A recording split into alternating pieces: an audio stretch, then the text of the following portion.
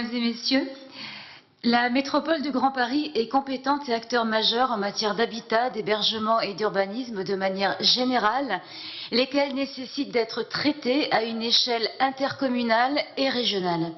Elle détient le pouvoir de décision et les finances, et cela est connu depuis longtemps.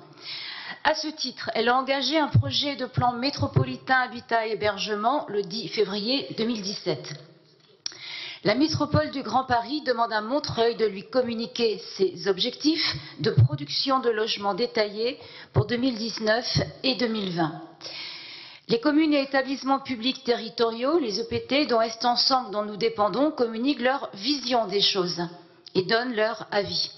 La métropole du Grand Paris arrêtera ensuite définitivement le projet, très prochainement, le 7 décembre 2018. Et pour faire simple, dès 2019, dans quelques mois, ce plan sera rendu exécutoire par la région et aura une durée de 6 ans.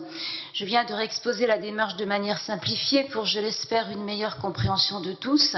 Mais il faut bien comprendre que la hiérarchisation des décisions est connue depuis longtemps, à savoir, premièrement, la région a la compétence en matière de logement et d'urbanisme.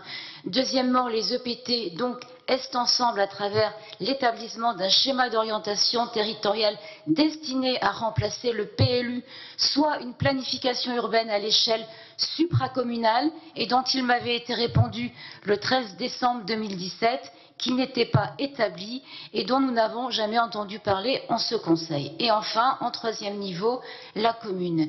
Il était aussi connu que les communes qui entameraient des démarches de façon isolée perdraient de l'argent car des modifications seraient à prévoir et je vous avais alerté quant aux frais d'études. Comme vous l'écrivez vous-même dans votre délibération, il convient de réviser les objectifs de production de logements.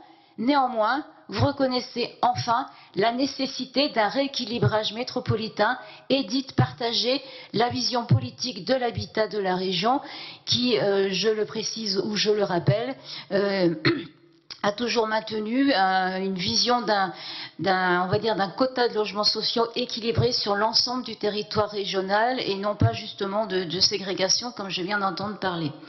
La semaine dernière, Est Ensemble a aussi donné un avis en approuvant le projet de révision du PLU, ce qui a suscité d'ailleurs chez M. Le Checker, toujours lui, un certain triomphalisme, mais je ne saurais l'inviter à la prudence pour 3 raisons.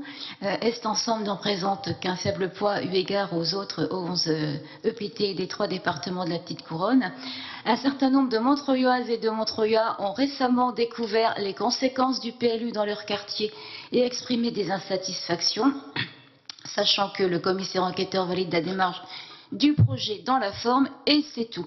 Enfin, j'en profite pour vous interpeller au sujet des chantiers sauvages qui fleurissent dans tous les quartiers de notre ville, sans permis de construire. Ce sont des remontées de terrain qui arrivent de façon de plus en plus fréquente.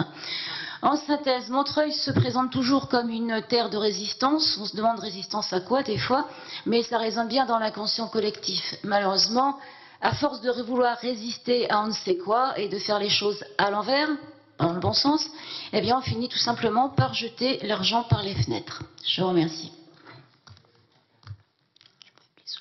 Merci beaucoup, Madame Alphonse. Vous avez la parole.